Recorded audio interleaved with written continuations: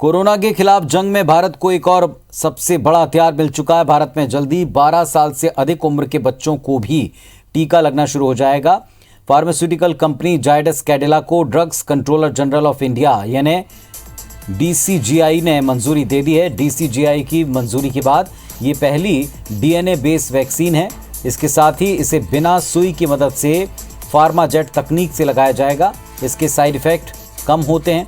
हालांकि ये दुनिया का पहला डीएनए टीका है जिसे भारतीय कंपनी ने विकसित किया है। देश में इस्तेमाल होने वाले टीकों में ये 6वें नंबर का टीका है। वैक्सीन के तीनों चरणों का ट्रायल पूरा हो चुका है और इस वैक्सीन की टेस्टिंग 3 डोज के हिसाब से की गई।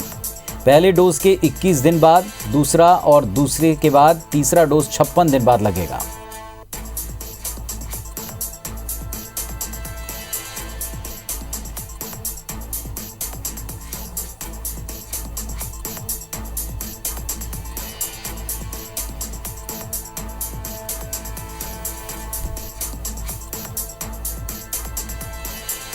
तो एक और विकल्प भारत में वैक्सीनेशन अभियान में जुड़ जाएगा। जायडस कैडिला का ये विकल्प बाकियों से थोड़ा अलग है, डीएनए बेस है और इसको लेकर भी पूरी तैयारी है, मुस्तैदी है। बड़ी बात यह कि बच्चों का टीकाकरण भी जल्द शुरू हो सकता है। सारी तैयारियों का दावा प्रदेश में किया गया है। हमारे साथ में शालिनी जुड़ रही हैं इंदौर से, सीधे उनका रुख करते हैं। शालिनी, वैसे भी एक वैक्सीनेशन महाअभियान फिर से तय किया गया कि 25-26 तारीख को हम इस अभियान को चलाएंगे और एक और विकल्प मिला है भारत को, यानी एक के बाद एक फिर तेजी से टीके लग सकते हैं।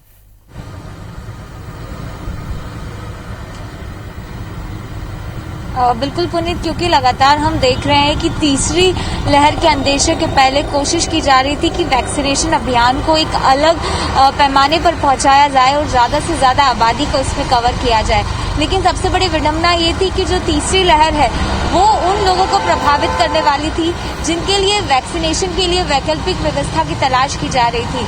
अभी एक अच्छी खबर है और ये इसीलिए क्योंकि लगातार कई ट्रायल्स जो है बच्चों की वैक्सीन के लिए शुरू हो गए थे और इसमें एक बड़ी सफलता जो है वो मिली है। डीसीजीआई ने 12 साल से अधिक बच्चों के लिए जो वैक्सीनेशन बनाई गई है कोविड की, उसको मंजूरी दे दी है।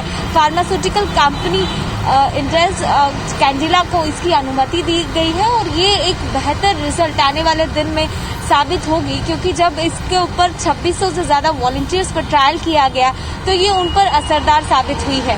ये एक बेहतर और अच्छी खबर है, क्योंकि तीसरी लहर के अंदेशे के पहले कोशिश की जा रही थी कि कम से कम बच्चे और 12 साल से 18 साल तक के जो नौजवान हैं उनको कैसे न कैसे रूप में कवर किया जाए। तो ये एक बेहतर और अच्छी मुहिम के तौर पर देखा जाता है। अब देखना होगा कि सरकार इसका इम्प्लीमेंटेशन किस आधार पर करती है और कब तक ये मार्केट में आम जनता के लिए उपलब्ध होगी।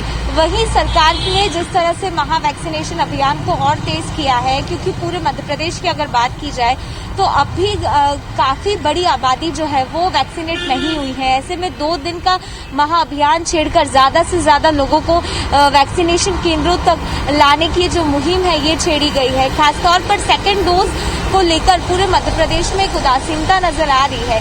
उसी को बढ़ावा देने के लिए ये महा वैक्सीनेशन अभियान को एक बड़े हथियार के रूप में कोविड की जंग को जीतने के लिए कारगर रूप देने की कोशिश की गई है और इसके लिए जो पूरी तैयारियां हैं वो अंतिम चरणों में है। आज सीएम ने खुद वीसी करके इसको लेकर सारे दिशा निर्देश जारी किए गए हैं, क्योंकि बेहद ज्यादा जरूरी भी है।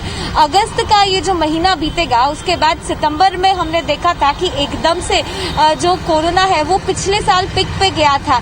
ऐसी कंडीशन को लेकर माकूल व्यवस्थाएं की जा रही है। वैक्सीनेशन पर सबसे अधिक जोर है, क्योंकि अगर सभी लोग कोविड का पहला और दूसरा टीका लगा लेंगे तो इससे एक हर्ड इम्यूनिटी जो है वो डेवलप हो जाएगी और कहीं ना कहीं ये जो कोरोना का वेरिएंट अगर आता है तो उसके लिए एक बेहतर संभावना जो है उसकी तलाश की जाएगी।